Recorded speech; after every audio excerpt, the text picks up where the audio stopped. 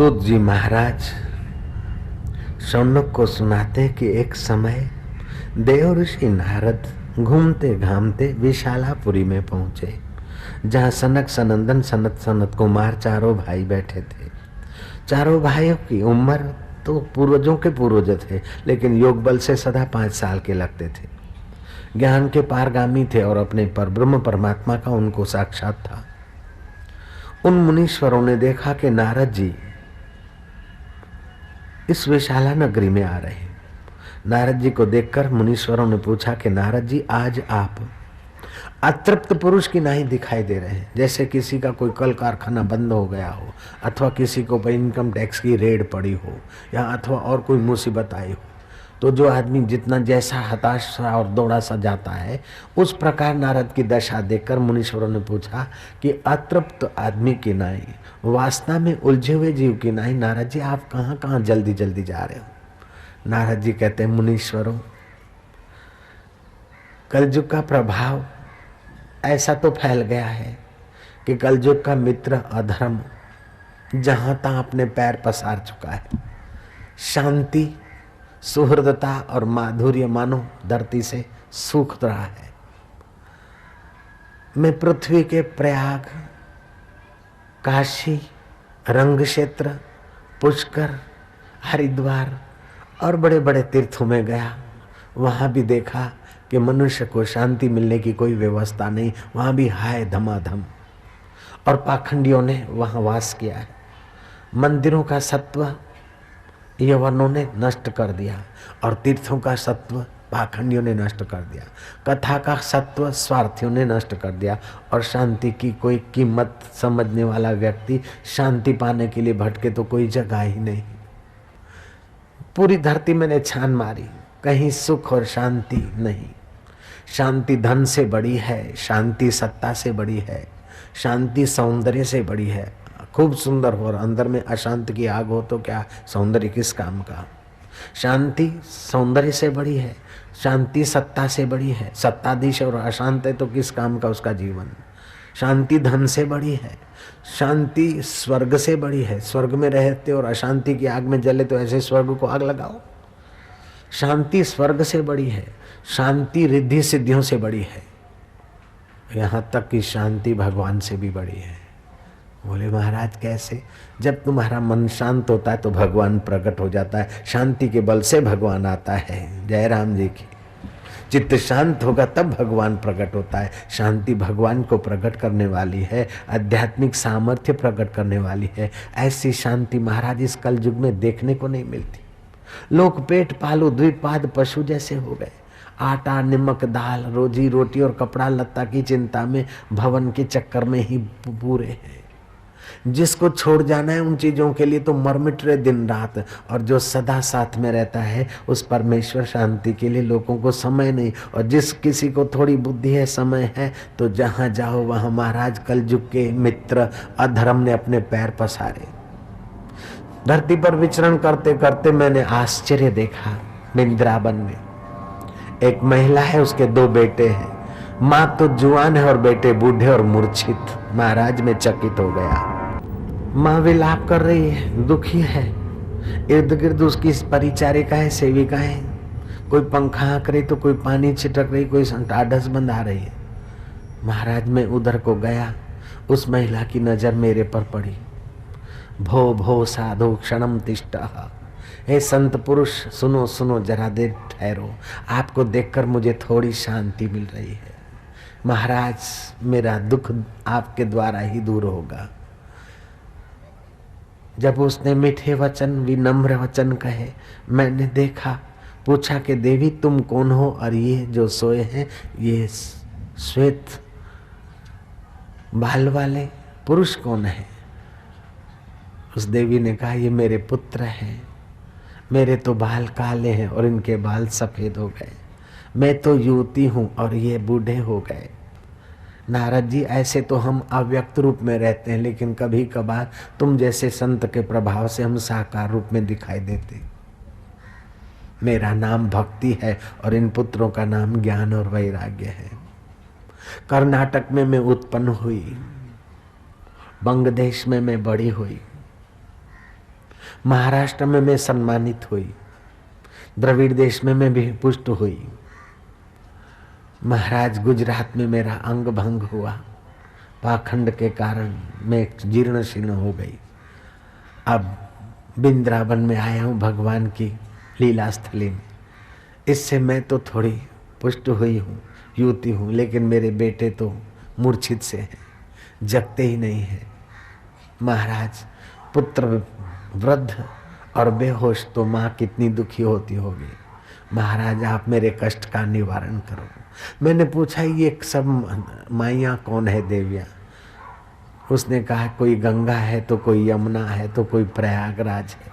ये सब तीर्थ हैं। कलयुग का प्रभाव आने से तीर्थ तो चले गए स्वर्ग में, अपने पर्व के दिन कभी कभार आते हैं, लेकिन मैं तो इस धरती पर ही विचरण करती हूँ। महाराज मेरा भी ये बुरा हाल कर दिया कलयुग ने। राजा परीक्षित ने कलयुग को क्यों ठहरने दिया और भगवान श्री हरि ने कलयुग को बनाया क्यों? यहाँ वो भगवान और परीक्षित में दोष नहीं देखती, अपनी व्यथा सुनाती है। भगवान ने क्यों बनाया?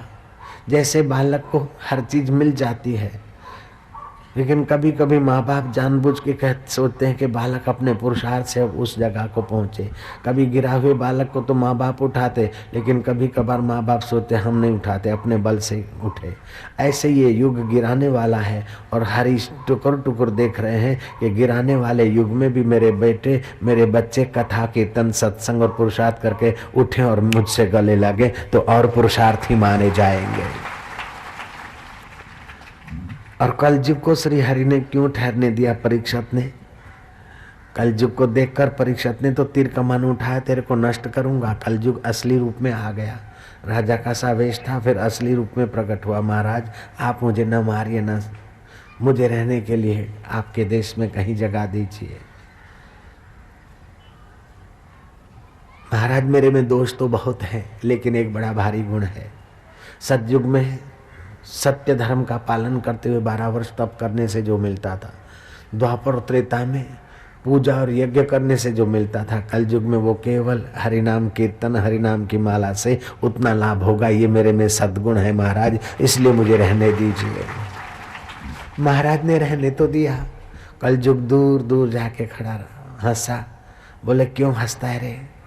बोले महाराज एक माला जब घुमाने दूं तब ने, चौरस में तो घंटों भर बीत जाते हैं, ट्रेन में गपशप लगाने में तो घंटों भर बीत जाते, लेकिन माला लेकर कोई विरले विरले लोग ही जप कर पाते, बाकी तो कलयुग उनकी खोपड़ी को खूब घुमा देता है। इसलिए पुरुषार्थ करके कलयुग में जप तप करना चाहिए, माला घुमाना चाहिए। मैं दुबई गया तो दुबई की फुटपाथ पे मैंने कई मुसलमान जवानों को देखा कि हाथ में स्मरणी है, लेकिन हिंदू जवान के हाथ में कहीं मैंने माला नहीं देखी। मुझे बड़ा दुख हुआ चित्त को। माला मुझसे लड़ पड़ी तू क्यों बिसरे मोए, बिना शस्त्र के सूरमा लड़ता न देखा कोई। बिना हथियार के सूरमा लड़ नहीं सकता युद्ध में, ऐसे माला के बिना तुम्हारा मन उस विकारों से उस अशांति से जूझ नहीं सकता। इसलिए तुम्हारे पास एक आध भगवान के याद दिलाने वाली हरि स्मरण करने वाली माला होनी चाहिए। और जब जब नियम करो तब तो जपो, और भी कभी मौका मिले तो माला लेके बैठ गए। नारद जी कहते हैं कि मैंने जब पूछा तो इन्होंने कहा, भक्ति ने कहा ये मेरे सब तीर्थ हैं, देवियां हैं, महाराज आप ही मेरा दुख दूर करोगे। मैंने कहा बाले तू चिंता मत कर, मैं तुझे जन जन में स्थापित करूंगा। मैं श्री हरि का भक्त हूँ। हे भक्ति देवी, तेरी सब जगह सब हृदयों में स्थापना करूंगा। मैं उपाय खोजने लगा, कई मंत्र और कई मैंने अपने जो कुछ विद्या थी उसका उपयोग किया, लेकिन वो ज्ञान वैराग्य सजाग नहीं हो रहे थे। आखिर आकाशवाणी हुई कि उद्योग करो, उपाय खोजो, जरूर सफल हो जाओगे। मैंने सोचा आकाशवाणी भी अस्पष्ट ही कहा, उद्योग करे तो कौन सा करे, सफलता तो मिलेगी लेकिन कैसे मिलेगी। मैं आश्रमों में ऋषिवरों में इधर उधर घूमा, लेकिन इनके ज्ञान वैराग्य के पुष्ट होने का कोई उपाय नहीं बता पाए। महाराज इसलिए मैं उद्वेग सा हुआ हूँ कि मैंने उनको वचन दिया है। वचन देने में जल्दबाजी नहीं करा करो आप, और वचन पूरा करने में कभी देर नहीं करना चाहिए। अपनी जुबान की कीमत रखना चाहिए। जिसको अपनी जिह्वा की कीमत नहीं, उसको अपने जीवन की क्या कीमत होगा, उसको अपनी इज्जत की क्या कीमत होगा। जिह्वा की कीमत होनी चाहिए। आजकल आदमी बोलते बोलते झूठ बोल देता है। ऐसे से बड़े बड़े लोगों को मैंने देखा, सीएम जैसे लोगों को मेरे साथ बात करके बोल के गए ये करेंगे, और फिर 2-5 दिन के बाद पूछवाया कि इन लोगों का भला किए। बोले मैंने तो कुछ बोला नहीं। मैं कहा धत तेरे कि तू काहे का सीएम रहे, जय राम जी की। इतना सफ़ेद झूठ बोल देते और अपने को बड़ा मानते। नहीं नहीं, पब्लिक का विश्वास संपादन करना चाहिए। आजकल नेताओं के नाम से लोगों को कभी कोई नेता आ जाता है और मैं बोलता हूँ 10-5 मिनट फलाने भाई बोलेंगे, लोग उठ के चल देते हैं। मेरे को आश्चर्य होता है। फिर नेता लोग मिलते, बोले बाबा लोग ये तो आपके कारण इतने लोग बैठे हैं, बाकी हम लोगों को तो देख के लोग भागते। बाबा क्या पता क्या है, क्या पता क्या नहीं है। जैसा वाणी हो ऐसा वर्तन करो तो लोग तो तुम्हें सुनेंगे और लोकेश्वर भी तुमको देखकर अपनी प्रसन्नता अभिव्यक्त करेगा। ऐसा तुम्हारे साथ है। मदन मोहन मालवीय को लोग कितना प्रेम से सुनते थे। अभी भी ऐसे लोग हैं बेचारे। खैर, नारद जी कहते हैं कि सनकादि ऋषि आप ही बताओ कि उसके उपाय क्या। उन्होंने कहा बस इसका उपाय हम जानते हैं, ज्ञान वैराग्य। लोग समझते हैं हमको भक्ति करनी है, लेकिन ज्ञान और वैराग्य तो मूर्छित है, उसका ख्याल नहीं रख पाते। जब ज्ञान वैराग्य पुष्ट नहीं होगा तो आप भक्ति किसकी करोगे। अगर ज्ञान नहीं होगा तो भक्ति रोती रहेगी। तुम जिसकी भक्ति करते हो उस ईश्वर के विषय का ज्ञान होना चाहिए, और तुम जो हो तुम्हारे को अपने मैं कौन हूँ इसका भी तो ज्ञान होना चाहिए। और जिस परपंच से, दुख से, मुसीबत से, आसक्ति से छूटना है, उस परपंच से वैराग्य भी होना चाहिए, तभी आपकी भक्ति पुष्ट होगी। ज्ञान वैराग्य अगर मूर्छित रहेंगे तो भक्ति बेचारी लाचार होगी, रोती रहेगी और आपको लोग भगतड़ा बोलेंगे। अगर आपकी भक्ति के साथ ज्ञान और वैराग्य पुष्ट है तो आप तो जोगेश्वर की नाई पूजे जाएंगे। इसलिए आपके जीवन में ज्ञान और वैराग्य भी होना चाहिए, तब भक्ति की शोभा है, भक्ति की विशेषता है। सनकादि ऋषियों ने कहा कि उनके ज्ञान वैराग्य की पुष्टि के लिए आप श्रीमद् भागवत की कथा सुनाओ उनको। ज्ञान वैराग्य की पुष्टि के लिए भागवत की कथा का आयोजन हुआ। बड़े बड़े ऋषि, महर्षि, तपस्वी, जति, जोगी आए गंगा किनारे। भागवत की कथा सुनते सुनते ज्ञान वैराग्य पुष्ट हुए, अर्थात भगवान की कथा से ज्ञान और वैराग्य पुष्ट होता और हमारी भक्ति चमकती है। ये भागवत की कथा है। भागवत से भगवतीय दृष्टि उत्पन्न होती है। जहाँ तहाँ भगवान की वो मधुरता और चेतना का दीदार होता है। तो मैं कोई अपना प्रिय मित्र मिल जाए तो मजा आएगा कि नहीं आएगा? आएगा। लेकिन जहां तहां जिसको अपना प्रिय दिखता है उसके हृदय में कितना मजा होगा, कितना माधुर्य होगा।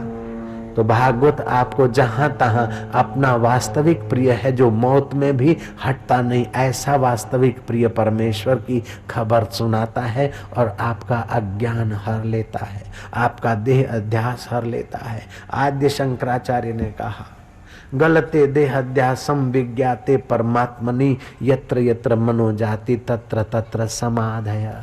जिसका देह अध्यास गलित हो गया है और अपने परमात्मा स्वभाव को जिसने जान लिया है, उसका मन जहाँ जहाँ जाता है वहाँ वहाँ उसकी समाधि है।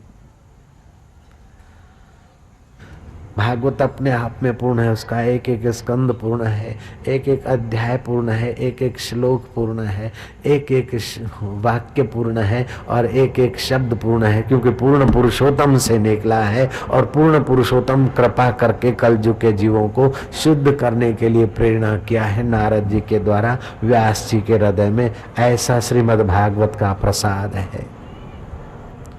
प्रसादे सर्व दुखानाम हानि रस्योपजायते। वो प्रसाद से सारे दुख निवृत्त हो जाते और बुद्धि में परमात्मा रस का प्रागट्य होता है। कथा आगे चलती है। एक बार परीक्षित की मुक्ति सुनकर ब्रह्मा जी ने स्वर्ग में पद्मासन बांधकर तराजू में, कहानी कहती है, भागवत 7 दिन में मुक्ति दे देता है। यज्ञ याग करोड़ों हजारों लाखों करोड़ों रुपया खर्च करो और हजारों अनुष्ठान करो, उसका पुण्य एक तरफ और श्रीमद् भागवत का इतना सारा लाभ।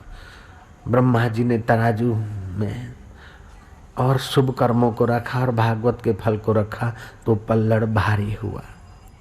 कहते हैं कि सुखदेव जी महाराज ने जब परीक्षित को कथा सुनाने का आरंभ किया, उस समय आकाश में से देवता आए और देवताओं ने कहा कि महाराज भागवत का रस आप हमें पिलाइए, बदले में स्वर्ग का अमृत परीक्षित को पिला देते हैं। सुखदेव जी ने कहा कि भागवत का रस पीने से तो आदमी के पाप नष्ट होते हैं और स्वर्ग का अमृत पीने से पुण्य नष्ट होते हैं। भागवत सुनने से और भगवतमय वृत्ति होती है, देर सबेर भगवान मिलते हैं और स्वर्ग के सुख से तो अप्सराएं मिलती है और देर सबेर पतन होता है। तुम कोहिनूर लेकर कांच का टुकड़ा बदले में देना चाहते हो, तुम बनियागिरी करते हो, तुम भागवत के सुनने के अधिकारी नहीं। ये तो प्रसाद रूप से महापुरुषों के द्वारा दिया जाता है, इसका क्रय विक्रय नहीं होता है, इसका तो क्रय विक्रय कर नहीं सकते, वो इतना सारा महान चीज है। देवताओं को इनकार कर दिया श्रीमद् भागवत का रस, तो शिष्य सुनने का अधिकारी है, भक्त सुनने का अधिकारी है। यज्ञ में तो जजमान खर्च करता है, धुआं सहता है। शौनक ने कहा सूत जी को कि हम यज्ञ करते करते ताप और धुआं से हमारा तो मुंह और मन मैलाई हो गया है, लेकिन श्रीमद् भागवत की कथा से हमारी उज्जवल कांति हुई है। हम आपके बड़े आभारी हैं जो आपने हमको भगवत रस से सींच दिया है।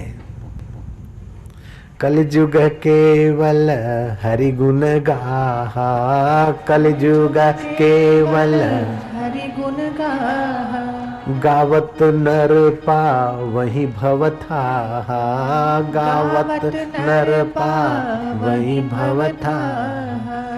कलयुग केवल हरि गुण गाहा, कलयुग केवल हरि गुण गाहा, गावत नर पावहि भवथा, गावत नर पावहि भवथा।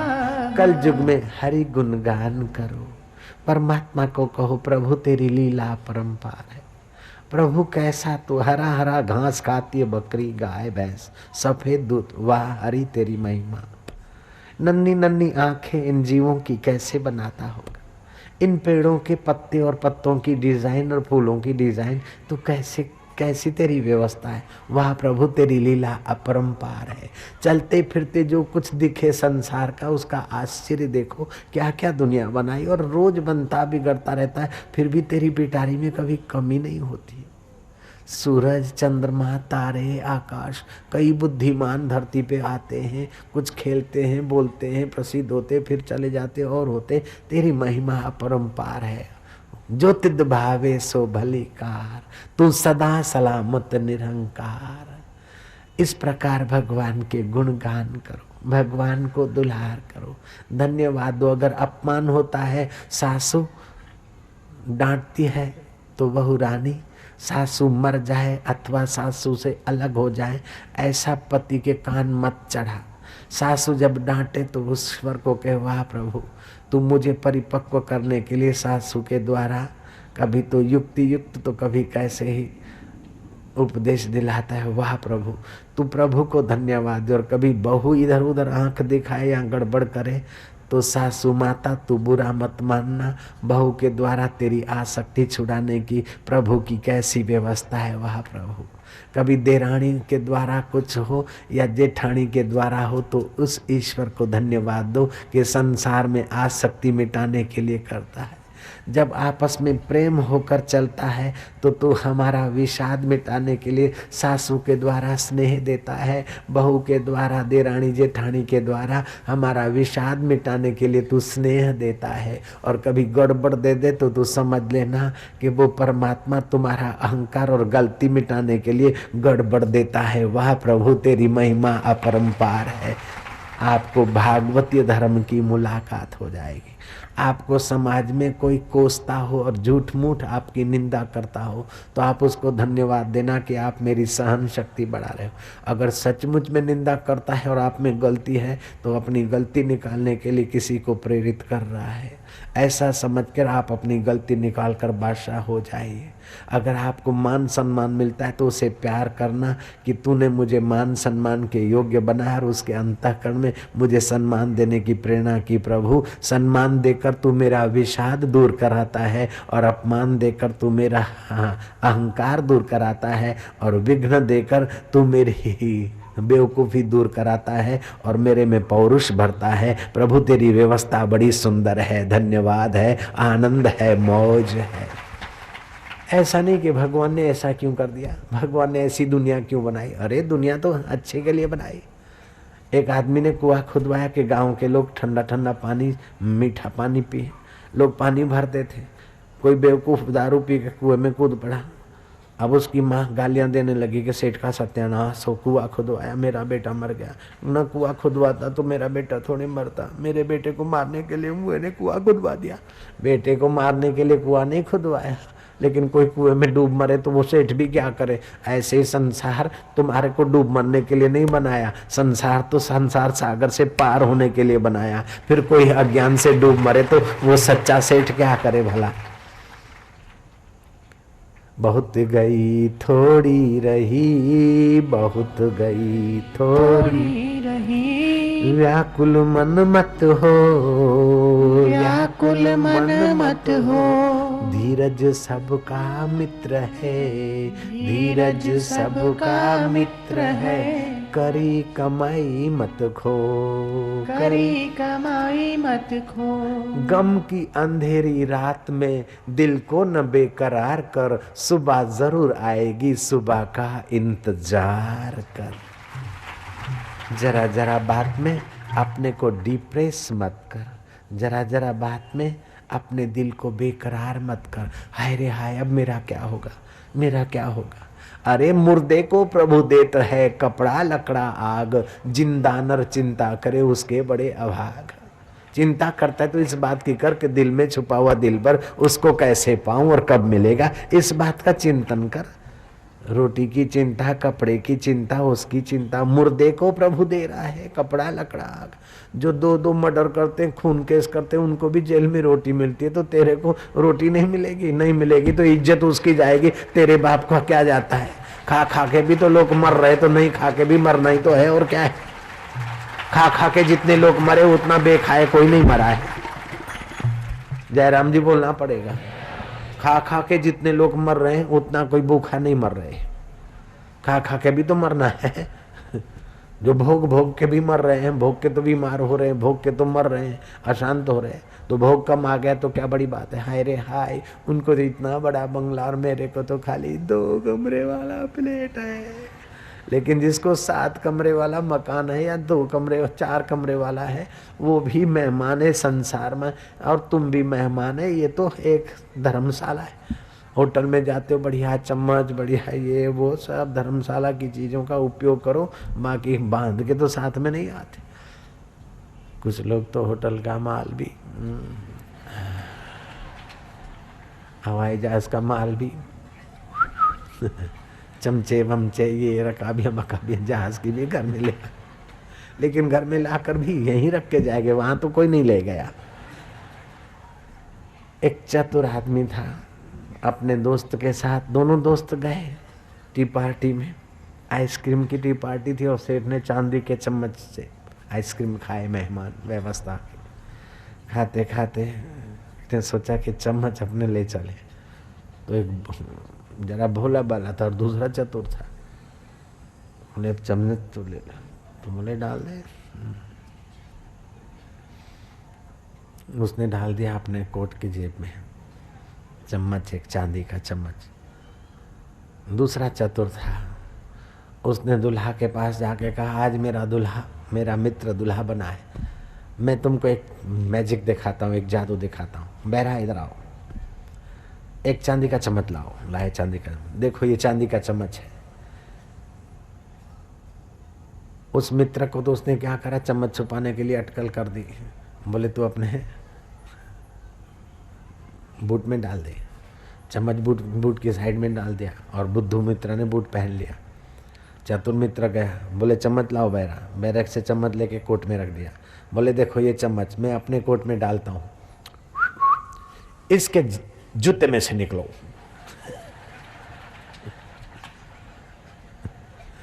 तो चतुर आदमी ने अपनी जेब में चम्मच रख दिया और बुद्धू मित्र के से तो चोरी करवाया कि तो छुपा दे जूते में, उन लोगों के सामने उसके जूते से चम्मच निकलवाया, बड़ा वाहवाही करके और अपना चम्मच चुरा कर चला गया। लेकिन चम्मच चुराया चतुराई की, लेकिन वो चम्मच कितना दिन साथ में रहेगा, किसके साथ आएगा? जो शरीर है उसको भी छोड़ना पड़ेगा, तो चम्मच कब तक चलेगा? जय राम जी की। ये सब मरने वाले यहाँ आते, स्थायी रहने वाला कोई नहीं आता। मरो मरो सबको कहे, मरना न जाने कोई, एक बार ऐसा मरो कि फिर मरना ना होई। ये वासनाओं को मारकर, इस अविद्या को, अहंकार को मारकर परमात्मा को जान लो, फिर दोबारा तुम्हारे को गर्भ में ऊंधा नहीं लटकना पड़ेगा। भीष्म पितामह ने युधिष्ठिर को तो ज्ञान दिया, दान धर्म का, स्त्री धर्म का, राज्य धर्म का उपदेश दिया भिन्न भिन्न। राजा को ऐसा करना चाहिए कि शत्रु अगर बलवान है तो उससे कॉम्प्रोमाइज कर लेना चाहिए और उसकी वीक पॉइंट ढूंढते रहना चाहिए। जब मौका है तो शत्रु का दुर्गुण और वीक पॉइंट ढूंढ के उसको ठिकाने लगा देना चाहिए। राजा को ऐसा व्यवहार करना चाहिए कि सामने वाला जैसा व्यवहार करे उससे उसका सवाया व्यवहार करे। अगर कूटनीति का करता है तो राजा सवाई कूटनीति खेल के सामने वाले को ठीक करे। वहाँ जय जय सिया राम नहीं चलेगा। जय राम जी जो करेगा वो भरेगा, चलो अपने तो सीताराम सीताराम करो, ये नहीं चलता व्यवहार में सब जगह। जय राम जी की। सज्जन के आगे सज्जन, मध्यम के आगे मध्यम प्रयत्न करे।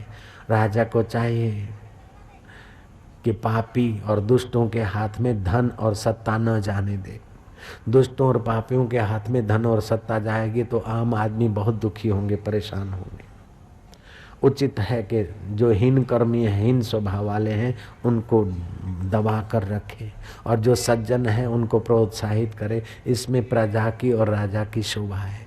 राजा का कर्तव्य है कि प्रजा का रंजन करे, प्रजा को संतुष्ट करे, तृप्त रखे, प्रजा को पुत्र की नहीं पाले और प्रजा के भोग, प्रजा से जो टैक्स लिया है प्रजा के हित में लगाए, न कि परदेश में थप्पियां करे। जय राम जी की। अपनी आवश्यकताएं कम रखे और जो आवश्यकता जिनको ज़्यादा है वस्तुओं की, उनकी सेवा में लगाए। व्यक्तिगत खर्च, व्यक्तिगत टिप टाप, व्यक्तिगत आडंबर कम करे और समाज के सेवा में अपने धन को, अपने बुद्धि को लगाने वाला यशस्वी और स्वर्ग का अधिकारी होता है। जिसके राज्य में प्रजा दुखकारी है वो राजा अवश्य नरक का अधिकारी है, ऐसा रामायण में लिखा है। तुम अपने कुटुंब के राजा हो, अपने पड़ोस के राजा हो या अपने मोहल्ले के राजा हो तो आपका भी ये कर्तव्य हो जाता है। ऐसे आप अपने शरीर और इंद्रियों के तो राजा हो, तो आप अपनी आंख को बीमार होने से बचाइए। दिन में 2-4 बार आंखों को ठंडा पानी छांटिए। ये आंख, हाथ, पैर, ये इंद्रियां भी तो तुम्हारी प्रजा है। भले तुम्हारा महाराष्ट्र शासन में कोई कुर्सी नहीं है, लेकिन इस शरीर शासन में तो तुम्हारी कुर्सी है। इसका तो अच्छा शासन करो। शरीर स्वस्थ रहे ऐसा भोजन करो। बीमारी आए तो दब मत जाओ, घबराओ मत। बीमारी किस लिए हुई, क्या खाने से हुई, कैसे व्यवहार से हुई, वो ध्यान रखो और फिर यथा योग्य उसका उपचार करो। बीमारी 2 प्रकार की होती है, एक होती है व्याधि, दूसरी होती है आधि। आधि होती है मन के रोग से और व्याधि होती है शरीर के खान पान की बेवकूफ़ी से। मुझे ये मिले, मुझे वो मिले, किसी का धन, किसी का कुछ देखकर तमाम इच्छाएं करने से मन में आधी आती है। मन में आधी आने से शरीर में व्याधियां घुस जाती है आराम से। मन अगर प्रसन्न और ज्ञान संयुक्त है तो मन में आधी नहीं आती, तो शरीर में जल्दी से व्याधि नहीं आती। और वातावरण या किसी कारण व्याधि आ भी जाती है तो मन में आधी न होने के कारण व्याधि ज़्यादा समय टिकती भी नहीं है। रोग भले शरीर में आए लेकिन मन में रोग को मत आने दो। मैं रोगी हूँ, मैं रोगी हूँ, मैं रोगी हूँ सोचकर मन में रोग मत उतरने दो। मन में रोग उतर गया तो उतर गया, लेकिन स्व में रोग को मत उतरने दो। मैं तो निरोग नारायण का अंश हूँ, ऐसा स्मरण करो। आधि मन के रोग को कहते हैं, व्याधि तन के रोग को कहते हैं। वे औषध से, उपवास से, दान पुण्य से और जप से भी मिटती है। ऐसे मंत्र हैं जो रोग मिटाने में बड़ी सहायता करते हैं। जैसे कैंसर की बीमारी है तो तुलसी का रस 10 ग्राम शहद के साथ, 5-10 ग्राम शहद और 10 ग्राम तुलसी का रस सुबह दोपहर शाम मरीज को दो। कैंसर का रोग किसी भी प्रकार का होगा उसमें फायदा होता है। तुलसी के पौधे उसके कमरे में रखो, तुलसी के पत्तों की माला उसको पहराओ, कैंसर के रोग में आराम। बच्चे की याद शक्ति बढ़ानी है, 5-10-7 तुलसी के पत्ते खाए, 1 गिलास पानी पिए, याद शक्ति बढ़ेगी, दांतों की बीमारी जल्दी नहीं आएगी, भगंदर जलंधर कभी नहीं होगा और कैंसर का रोग कभी नहीं होगा बच्चे को। अगर धनाढ़ बच्चा है, याद शक्ति नहीं रहती तो 7 काजू जरा सा शहद लगाकर सुबह चबा चबा के खाए नाश्ते में, याद शक्ति बढ़ेगी। आधी कैसे मिटती है उसको भी जान ले और व्याधि कैसे मिटती है उसको भी जान ले। आधी व्याधि तन और मन को आती है और उसको मिटाने वाला अपना चैतन्य स्वरूप का ज्ञान का अवलंबन लेना चाहिए। बाणों की सया पे पड़े हैं भीष्म पितामह। बाण और बाणी में फर्क है। बाण इतना दुख नहीं देता जितना बाणी दुख दे सकती है। नाग से नागन ज्यादा जहरीली होती है, इसलिए बाणी ऐसी बोलो कि किसी को दुख न दे। बाण का दुख तो मिट जाता है लेकिन बाणी का दुख बहुत समय तक रहता है, इसलिए आपकी वाणी के द्वारा किसी को दुख न मिले ऐसा प्रयत्न करना चाहिए। वाणी ऐसी बोलिए जो मनवा शीतल होए और उनको शीतल करे, आप हूँ शीतल होए। बोलने के पहले ही आप अपने हृदय को आनंदित करिए। आदि और व्याधि के चिंतन से रहित करके भगवती भाव से आप भरकर वाणी बोलिए। चाहे सामने वाला विद्वान है, चाहे मूर्ख है, धनवान है, चाहे निर्धन है, माई है, चाहे भाई है, लेकिन उसकी गहराई में मेरा नारायण है, ऐसा सोचकर आप मीठी निगाह डालिए। आप आंखों से हंस दीजिए, सामने वाले का मंगल होगा और आपका एक पैसा नहीं लगेगा, सारा संसार आपका मित्र होने लगेगा। जय राम जी की। ये धनाढ़ है, इसके पैसे कैसे खींचूं, ये तो गरीब है, धत्तेरे की, ऐसा सोचकर मिलोगे तो कुछ नहीं, आप भी बंधोगे, उसको भी बांधोगे। लेकिन जो भी हो, धनाढ़ हो, गरीब हो, विद्वान हो, अविद्वान हो, अपना हो, पराया हो, उसकी गहराई में मेरा चैतन्य है, नारायण नारायण करके उन पर अपनत्व की निगाह डालो तो आपका मंगल होगा, आप व्यवहार में सफल होंगे। जिससे आप बात करते हो वो कोई मशीन नहीं है, कोई रोबोट नहीं है, उसे सांत्वना की जरूरत है, प्रेम की जरूरत है, उत्साह की जरूरत है, आनंद की जरूरत है, माधुर्य की जरूरत है, और ये तुम दे सकते हो। तो दाता बनकर अपना माधुर्य बांटो, उत्साह बांटो, प्रेम बांटो, तो आपके अंदर वही बच जाएगा। अगर घृणा बांटते तो वही रह जाएगा। जो देता है वही पाता है आदमी। Every action create an reaction. आप जो देते भीतर से वही आपके पास रहता है।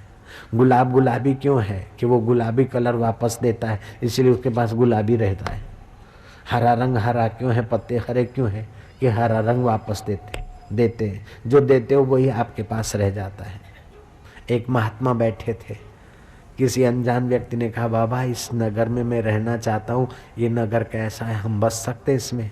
कैसे नगर के लोग हैं? महात्मा ने कहा, जिस नगर से तू आकर यहाँ रहना चाहता है वो नगर कैसा है? बोले वो तो बहुत खराब है, बड़े दुष्ट लोग हैं, बड़े स्वार्थी लोग हैं, बदमाश लोग हैं महाराज, उधर तो बड़ी मुसीबत है, बेवकूफ़ लोग हैं। बोले यहाँ भी ऐसे ही रहते हैं। थोड़ी देर के बाद दूसरा आदमी आया, बोले महाराज मेरे को इस नगर को देखकर बड़ा चाह हो रहा है कि मैं अपना गांव छोड़कर, अपना नगर छोड़कर यहाँ रहूं, आपकी क्या राय है? बोले तेरा नगर कैसा है? बोले लोग तो बहुत अच्छे हैं, हमारा गांव भी अच्छा है, लेकिन यहाँ आप मिलते न, सत्संग मिलता है, इस बहाने महाराज थोड़ी लालच होती है, और यहाँ भी काम धंधा वही चलेगा महाराज, तो यहाँ रहूं कि नहीं? बोले तो उस नगर के लोग कैसे? बोले बहुत अच्छे। बाबा जी उधर के तो हमारे गांव के लोग बहुत अच्छे, लेकिन इस गांव के लोग कैसे? बाबा ने कहा इस गांव के लोग भी बहुत अच्छे हैं। चेला ने सोचा अभी अभी तो बोला बुरे हैं, फिर बोलते हो अच्छे। बोले जैसी जिसकी दृष्टि होती है उसको ऐसे ही लोग मिल जाते हैं। जो बुरा है उसको बुरे ही मिल जाते हैं, जो अच्छा है उनको अच्छे ही मिल जाते हैं, और जो बहुत अच्छा है उनके आगे बुरे भी आते हैं तो बुरों की भी अच्छाई का हिस्सा उनके आगे प्रकट हो जाता है। जो महात्मा लोग हैं उनके आगे बुरे लोग भी आते हैं तो बुरे लोगों की अच्छाई का हिस्सा उनके आगे क्रिएट हो जाता है, प्रकट हो जाता है। इसलिए बुरे लोगों को भी बहुत लाभ होता है अच्छे महात्माओं के दर्शन से। अच्छे लोगों की अच्छाई तो डेवलप होती है, क्रिएट होती है, लेकिन बुरे लोगों में भी जो अच्छाई छुपी है वो सत्संग से और संत दर्शन से डेवलप होती है, क्रिएट होती है। संसार सागरम घोरम तर्तुम इच्छति योजनः गीता नावम समारूह्य पारम यातु सुखेन सह। जो मनुष्य घोर संसार सागर को पार करना चाहता है उसे गीता रूपी नौका पर चढ़कर सुख पूर्वक पार हो जाना चाहिए। यज्ञ में तो काणा कोढ़ी विदुर अलाव नहीं है, लेकिन गीता ने तो गजब कर दिया। अपि चेत दुराचारे भ्यो पापे भ्यो पाप कृतम। दुराचारियों में भी आखिरी कोटि का हो, प्रिय प्रियतर प्रियतम, ऐसे कृत कृततर कृतम, ऐसा व्यक्ति हो। चुने हुए पापी और उनमें से भी चुने हुए और उसमें से जी सर्वोपरि, ऐसा व्यक्ति हो और गीता की शरण आ जाए, गीता का ज्ञान धारण कर ले, श्रवण कर ले, घोर से घोर पातकी क्षिप्रम भवति धर्मात्मा, जल्दी धर्मात्मा हो जाएगा। साधु रेव समंतव्य, उसको साधु ही जानो, क्योंकि गीता का ज्ञान सुनकर उसने शरीर का अहम हटाकर आत्मा में प्रीति करना चालू कर दिया तो उसका संसारी आकर्षण मिट जाएगा। सरकने वाला आकर्षण मिटते ही उसके बुद्धि में राग और द्वेष की व्यथा दूर हो जाएगी।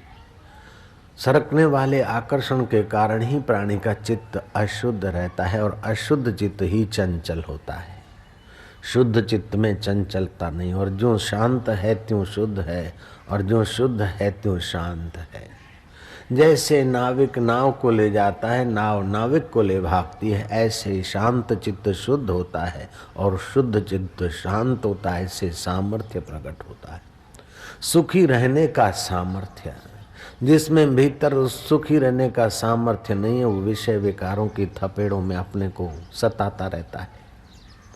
ये मिले तो सुखी हो जाऊं, ये पाऊं तो सुखी हो जाऊं, सुबह से शाम तक, बचपन से युवावस्था तक और युवावस्था से बुढ़ापे तक हाथ पैर हिलाते, मन बुद्धि रगड़ते रगड़ते आदमी थक जाता है। अंत में संसार अनित्य है, दुख स्वरूप है, ऐसा करके दुखी होकर ही सब जाते हैं। कोई निश्चिंत होकर पूर्ण सुखी होकर गया हो तो वो ब्रह्म ज्ञानी होगा, दूसरे के वश की बात नहीं है।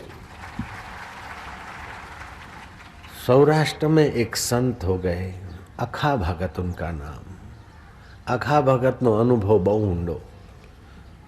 अखा भगत ने एक पुस्तक लिखी, उस पुस्तक का नाम था अखा भगत के चाबुक, अखा भगत ना चाबका।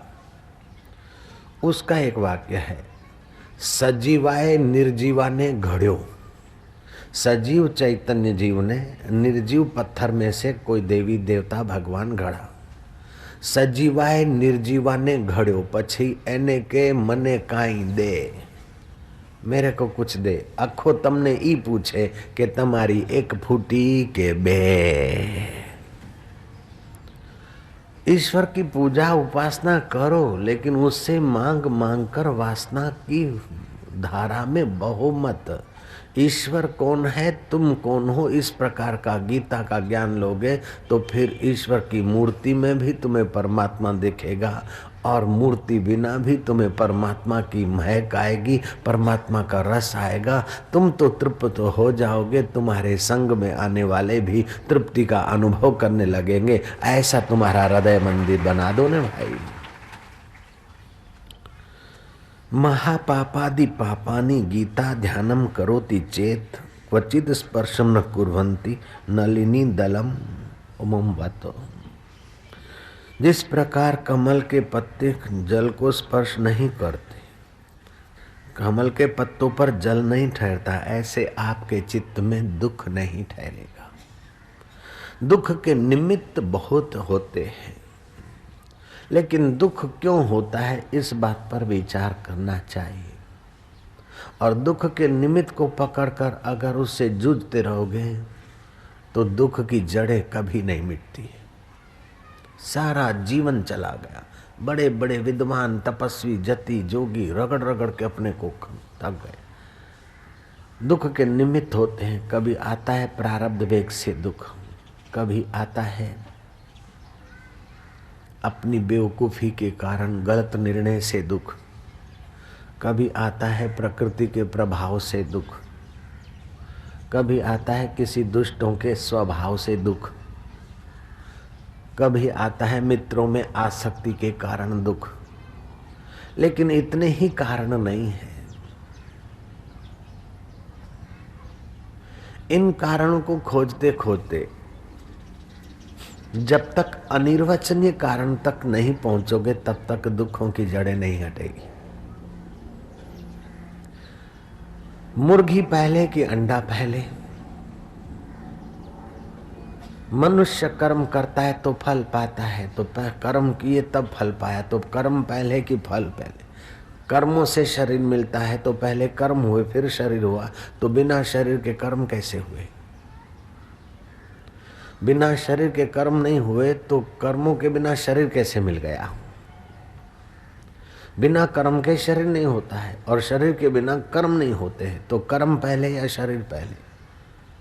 बिना मुर्गी के अंडा नहीं आता और अंडे के बिना मुर्गी का बच्चा पैदा नहीं होता, तो मुर्गी पहले कि अंडा पहले?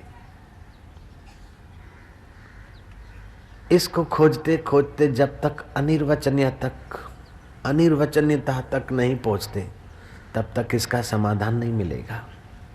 ऐसे ही दुख को खोजते खोजते दुख के निमित्त को अनिर्वचनीयता तक नहीं पहुंचोगे तब तक दुखों की जड़ें कभी नहीं कटेगी। दुख की अंधेरी रातें कभी नहीं कटेगी। थोड़ी देर के लिए दुख रूपांतरित हो जाएगा लेकिन भय तो बना रहेगा।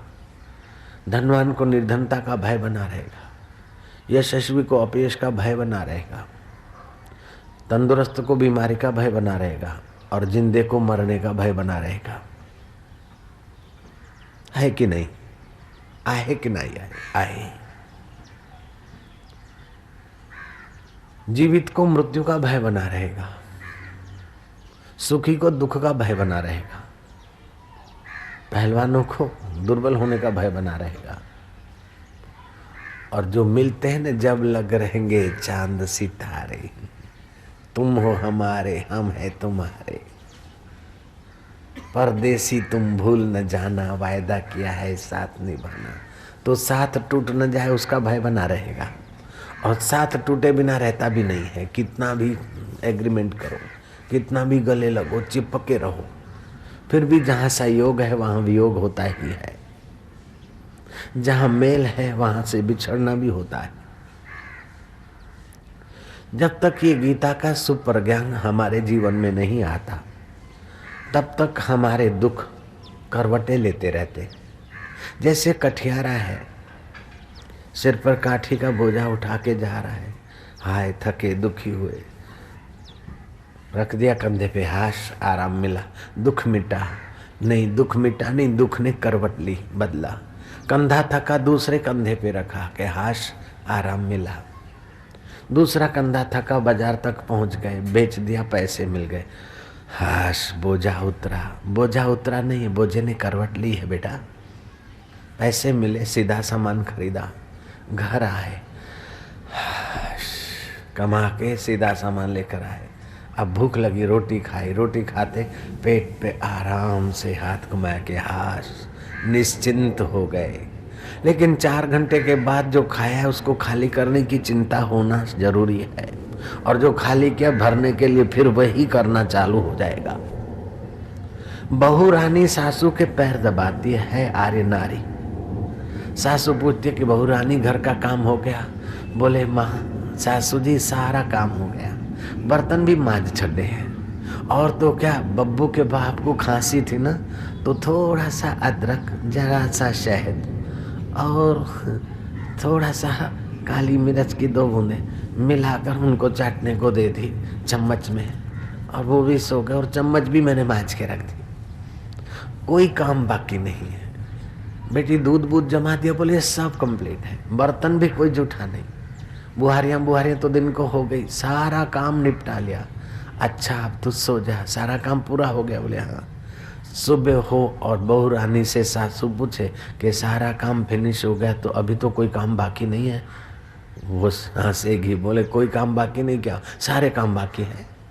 बच्चों को नहलाना, पढ़ाना, लिखाना, ये करना, वो करना, दाल बनाना, सब्जी बनाना, गाय धोना, फर्श धोना, ये सारा काम बाकी है। रात होते पूरा काम फिनिश करके सो जाते और प्रभात हुए सारा काम अधूरा दिखता है। ऐसे जीवन के आरंभ से लेकर जीवन की मृत्यु तक कुछ न कुछ अधूरे काम रह ही जाते। अखा भगत ने कहा, अखो कहे अंधारो कुओ, झगड़ो मटाड़ी कोई ना मुँह। हाश आटलो फ्लेट मળી જાય તો નિરાત, આટલું મકાન થઈ જાય તો નિરાત, આટલો છોકરો પરણી જાય તો નિરાત, એમ કરતા કરતા કે સંસારમાં કોઈ સાર નથી, મરી જઈએ તો નિરાત, પણ ભલા માણસ મર્યામાં નિરાત નથી। હું અમર આત્માને પામી લે તો નિરાત, ગીતાના જ્ઞાનને પામી લે તો નિરાત, ગુરુના અનુભવને પોતાનો અનુભવ બનાવી લે તો નિરાત। ब्रह्मवेता के अनुभव को अपना अनुभव बना दे, गीता के ज्ञान को अपना बना ले, कृष्ण के अनुभव को अपना बना ले, तब निरात होगी। तो कैसे बनाए? चलो अब उसी यात्रा पे चलते। दुख विज्ञानियों ने खोजा, दुख लोग दुखी हैं और दुख से छुटकारा चाहते हैं, और बड़े बड़े लोग दुख से छुटकारा चाहते चाहते आखिर हार गए, थक गए। तो ये दुख कौन सी बला है? दुख को खोजो तो दुख का कोई वेट भी उनको कुछ मिला नहीं, कोई वजन नहीं। दुख की आकृति भी खोजा तो उनको कोई मिला नहीं, दुख का रूप रंग भी नहीं मिला, दुख का वजन भी नहीं मिला, फिर भी लोग तो दुखी होते हैं। जो निर्दुख आदमी है उसको सताकर दुखी करके उसका वेट किया, तभी भी उतने का उतना, कोई दुख आने से उसका वेट बढ़ा घटा नहीं, फिर भी लोग दुखी होते हैं। विज्ञानियों को मानना पड़ा कि मैं दुखी हूं, इस प्रकार की दुखाकार वृत्ति पैदा होती है तब आदमी दुखी होता है। दुख के निमित्त से दुखी नहीं होता, जब दुख की वृत्ति उत्पन्न होती है तभी दुखी होता है। बच्चा चलते चलते गिर पड़ता है, चोट लगी उसके घुटने को, लेकिन दुख का निमित्त तो उत्पन्न हुआ, लेकिन मन में दुखाकार वृत्ति भाव नहीं उत्पन्न हुआ। तो कई बार गिरता हुआ बच्चा जब उठता है तो हंसता है, तीली मल गई, मतोला माल दिया है। दुख का निमित्त हुआ लेकिन वृत्ति उत्पन्न नहीं हुई तो वो दुखी नहीं हुआ। तो मानना पड़ेगा कि अनुकूल वृत्ति और प्रतिकूल वृत्ति में जब दुखाकार भाव बनता है, सुखाकार भाव बनता है, तो आदमी अपने को सुखी दुखी मानता है। हकीकत में सुखाकार भाव, दुखाकार भाव ये मन की वृत्तियों में होता है, और बेवकूफ़ी से ये उसमें जुड़ जाता है तो सुखी दुखी होता रहता है, और सुखी दुखी होने से अंतःकरण मलिन हो जाता है। सुखी दुखी होने से अंतःकरण मलिन हो जाता है, अशुद्ध हो जाता है। अशुद्ध और मलिन अंतःकरण में ख्वाहिशें खूब उठती है। दुख मिटाने की भी ख्वाहिशें होती है, सुख पाने की भी ख्वाहिशें होती है, और सुख पाने की लालच भी आदमी को गुलाम बना देती है, और दुख मिटाने की इच्छा भी आदमी को भीतर से सुकड़ा देती है। आदमी अपनी महिमा से गिरा रहता है बेचारा। कहाँ तो ईश्वर का सनातन अंश, कहाँ तो परमात्मा का अविभाज्य अंग, और कहाँ दुख मिटाते मिटाते मर गए, दुख मिटा नहीं। सुख को पकड़ते पकड़ते मर गए, सुख टिका नहीं। Young person says life is full of Joy, but wise person says life is full of सारो। जवान समझते जिंदगी मजा लेने की है, लेकिन जब बूढ़े बुजुर्ग होते उनसे पूछो क्या हाल है, बोले कुछ भी नहीं, कुछ भी नहीं, कुछ भी नहीं, ऐसी बात भी नहीं है। और सब कुछ है, ऐसी बात भी नहीं है। जहाँ सब कुछ है वहाँ का गीता का ज्ञान नहीं है, और जहाँ कुछ कुछ होते कुछ भी नहीं होता है, उसकी सत्यता मिटती नहीं है। मिथ्या की सत्यता नहीं मिटती और सत्य में जागृति नहीं आती है। यही मूल कारण है दुखों का। जैसे ये गुलाब के फूल माला आज से महीना पहले नहीं थी, महीना बाद में ऐसी नहीं रहेगी, तो अभी भी नहीं के तरफ जा रही। ऐसे जो भी परिस्थितियां पहले नहीं थी, बाद में नहीं रहेगी, अभी भी नहीं के तरफ जा रही। तो उनमें जो सत्य बुद्धि है, और जो पहले था अभी है बाद में रहेगा, उसके प्रति जो लापरवाही है, उसका जो अज्ञान है, वही कारण है सारे दुखों का मूल। वही कारण है सारी मुसीबतों का मूल। वही कारण है जन्म मरण का मूल। वही कारण है न चाहते हुए भी पिसे जा रहे हैं। कोई दुख नहीं चाहता फिर भी पिसे जा रहे हैं। कोई अशांति नहीं चाहता फिर भी तपे जा रहे हैं। कोई मौत नहीं चाहता है फिर भी बार बार जन्मे और मरे जा रहे हैं। केवल ज्ञान रूपी सूर्य को पीठ देकर छाया पकड़ने दौड़े हैं। छाया को पकड़ते सूर्य को पीठ देते तो छाया दूर भागती है। छाया से बेपरवाह होकर सूर्य के तरफ जाते तो छाया पीछे पीछे आती है। बस यही हाल है। तुम ज्ञान के स्वरूप, ज्ञान स्वरूपात्मा के तरफ मुंह कर दो तो ये संसार का सुख और आनंद रूपी छाया तुम्हारे पीछे पीछे आएगी। और जो संसार से सुख और आनंद लेने जाते हो तो वो दूर भागता है और आप सताए जाते हो, दुखी होते हो। इसके लिए अपने जीवन में वेद भगवान कहता है छोटा मोटा कोई व्रत लाओ, छोटा ही हो। व्रत पालन से आपका मन शुद्ध होगा, मनोबल बढ़ेगा। भले छोटा सा ही नियम हो लेकिन उस नियम को कष्ट सह के भी दृढ़ता से पालो। इससे आपके जीवन में दक्षता आएगी और दक्षता से आपके जीवन में श्रद्धा आएगी और श्रद्धा से आप सत्य स्वरूप अपनी असलियत को पालेंगे। ये यजुर्वेद का मंत्र है। व्रतेन दीक्षाम आपनोति, व्रतेन दीक्षाम आपनोति, दीक्षायाम आपनोति दक्षिणाम, दीक्षायाम आपनोति दक्षिणाम, दक्षिणया श्रद्धाम आपनोति, दक्षिणयाम श्रद्धाम आपनोति, श्रद्धयाम सत्यम आप्यते, श्रद्धयाम सत्यमाप्यते। छोटे मोटे व्रत से आपके जीवन में व्रत पालन से दक्षता आती है। दक्षता से आपको अपने आप में श्रद्धा होती है कि मैं ये कर लूंगा, पा लूंगा। विल फाइंड ए वे, जहाँ चाह वहाँ राह। ये कौन सा उकदा जो हो नहीं सकता, तेरा जी न चाहे तो हो नहीं सकता। छोटा सा कीड़ा पत्थर में घर करे, इंसान क्या के दिले दिलबर में घर न करे। Nothing is impossible, everything the possible. लेकिन अपने को बस मारते कुचलते हुए हम खपाते जा रहे। कोई आदमी चप्पू लेकर अपनी उंगलियों के पीस बनाए, चिप्स बनाए, तो उसको आप क्या बोलोगे? छुरी या कैंची या चक्कू लेकर अपने अंगों को काटे और बोले देखो ये पीस बना रहा हूं, तो आप क्या बोलोगे उस आदमी को?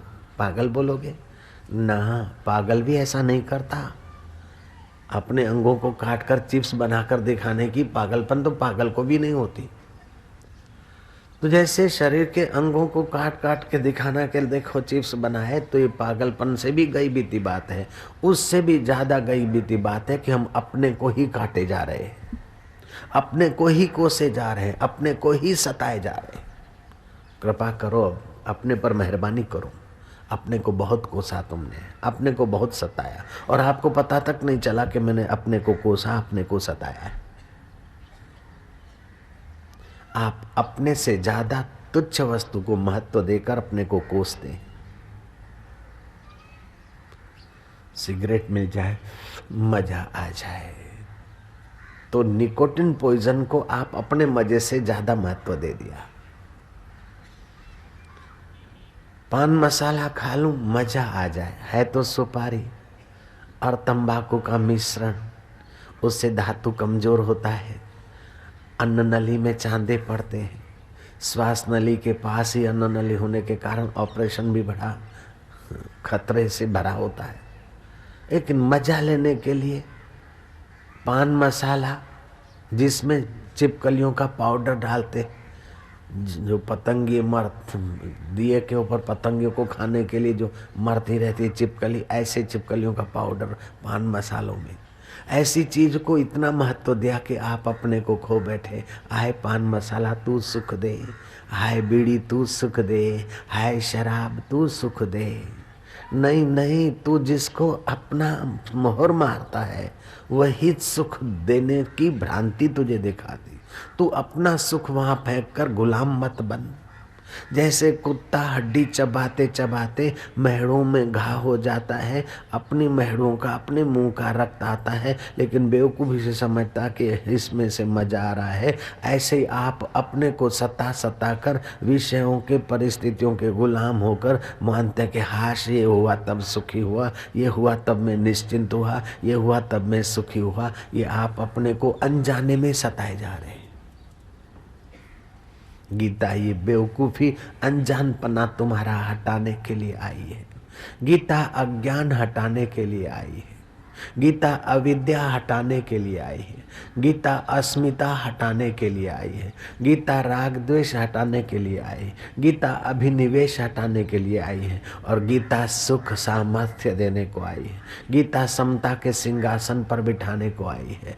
गीता कर्म के फल की आसक्ति छुड़ाकर कर्म फलदाता स्वरूप के साथ एक करने के लिए आई है। इस गीता की महिमा अपरंपार है। गीता का एकाध श्लोक का पाठ और भगवान नाम कीर्तन, साधु पुरुष का दर्शन, करोड़ों तीर्थ करने का फल देता है। ये जो शास्त्र वचन है अरे गहरे किसी आदमी की कल्पना मात्र नहीं है। अभी विज्ञानी लोग आश्चर्य व्यक्त करते हैं कि भारतवासियों के ओम के जप से ऐसा ऐसा फायदा होता है। बोस्टन में हार्वर्ड यूनिवर्सिटी के डॉक्टर हर्बर्ट बेंसन ने 25 वर्ष से यह अध्ययन किया है। ऐसा सुना मैंने कि मंत्र जो साधु बाबाओं से लोग प्रभावित होते हैं, अस्पतालों से मरीज ठीक नहीं होते और संतों के पास से ठीक होते, तो क्या केवल श्रद्धा से ही ठीक होते हैं? नहीं, डॉक्टर हर्बर्ट बेंसन ने लिखा केवल श्रद्धा से ही ठीक होते ऐसी बात नहीं, मंत्र का अपना प्रभाव है। ओमकार का जप करने से, और भी कई डॉक्टर लिवी लेजिरिया ने, डायमंड ने, दूसरे डॉक्टरों में अभ्यास करके जाहिर किया कि अन्न में अपना रक्त के कणों पर इसका प्रभाव पड़ता है, नस नाड़ियों पे प्रभाव पड़ता है, ऐसा प्रभाव पड़ता है। डॉक्टर हर्बर्ट ने तो इसकी थोड़ी और व्यापकता बताई है कि हमारे मन पर भी इसका अच्छा असर पड़ता है। हमारे ऋषियों को मैं प्रणाम करता हूँ, हजारों वर्ष पहले उन्होंने पूरे फायदों की बात कर रखी है। मंत्र जाप से केवल हमारे रक्त पर या नस नाड़ियों पे ही असर होता है, ये स्थूल शरीर की बात है। लेकिन हमारे अंदर 4 शरीर और हैं। ये जो शरीर दिखता है इसको हम अन्नमय कोश बोलते हैं। इसके अंदर प्राणमय कोश है, उसके अंदर मनोमय कोश है, उसके अंदर विज्ञानमय कोश है, उसके अंदर आनंदमय कोश है। और वैदिक मंत्र जब किसी सद्गुरु के द्वारा मिलता है, मनमाना जपो, उसका अपना होगा भाव, लेकिन आपकी योग्यता कौन सा मंत्र जपने की है ये आपको पता नहीं है। कोई सीधा स्वर्ग से आया है तो कोई सीधा नरक से आया है। कोई केजी का विद्यार्थी है तो कोई पीएचडी का विद्यार्थी है। कोई 7वीं का है तो कोई 12वीं का विद्यार्थी है। सबके लिए एक पाठ्य पुस्तक नहीं काम आएगी। सब कंट्रियों के लिए 011 नहीं चलेगा। अलग अलग कंट्री के लिए कंट्री कोड अलग अलग होता है। सब ऑफिसों के लिए एक का एक नंबर नहीं होता। ऐसे ही सब लोगों के लिए एक का एक प्रकार का साधन नहीं होता है। इस बात पर हम बहुत प्रसन्न हैं कि हमारे देश में साधनाओं की वैरायटी है, मंत्रों की वैरायटी है, भगवानों की वैरायटी है, उपासनाओं की वैरायटी है। और यही फल है कि यहाँ अभी भी जितने भक्त और संत प्रैक्टिकल अनुभव करने वाले हैं उतने किसी देश में अभी नहीं मिल रहे हैं। ये हमारे ऋषियों की सच्चाई का प्रत्यक्ष फल है।